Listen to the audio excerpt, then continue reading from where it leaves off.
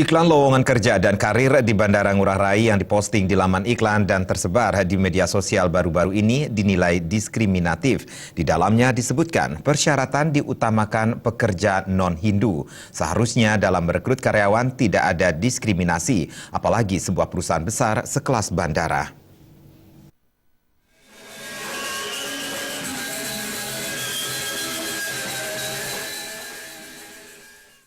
Pengusaha Bali Nengah Tambe menilai, iklan lowongan kerja yang terang-terangan menolak Hindu jelas melanggar hak asasi manusia.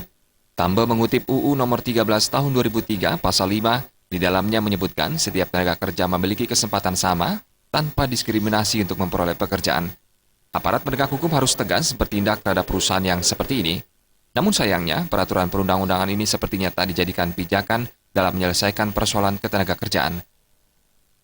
Ini kan sudah sangat-sangat salah ya, apalagi jelas sekali Undang-Undang 13 2003 itu yang pasal 5-nya mengatakan bahwa setiap orang tenaga kerja maksudnya itu mempunyai kesempatan yang sama.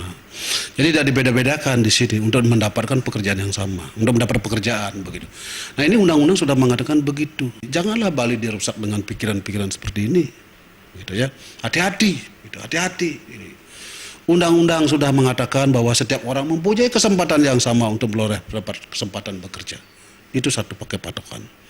Nomor dua, kalau ada hal-hal yang nyata-nyata mengatakan diskriminasi, ras, suku, agama, silakan penegak hukum bergerak. Kita dukung.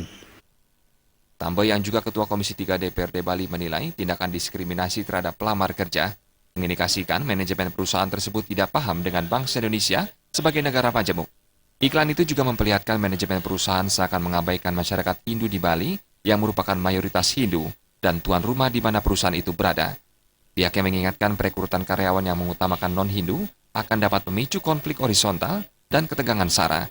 Tidak selayaknya perusahaan bertindak seperti itu karena telah melanggar hak warga negara untuk bekerja dan mendapat pekerjaan. Anggara Tanah dan Bayu